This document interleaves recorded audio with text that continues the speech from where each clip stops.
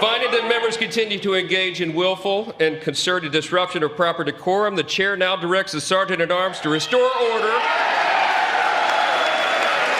Remove this gentleman from the chamber.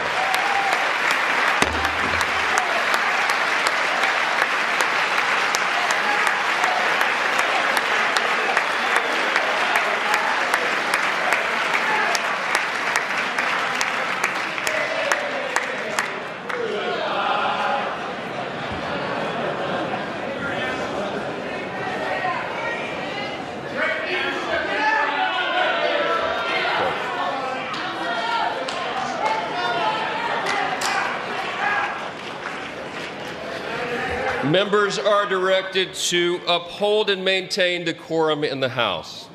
Mr. President, you continue. Thank you. Over the past 6 weeks, I have signed nearly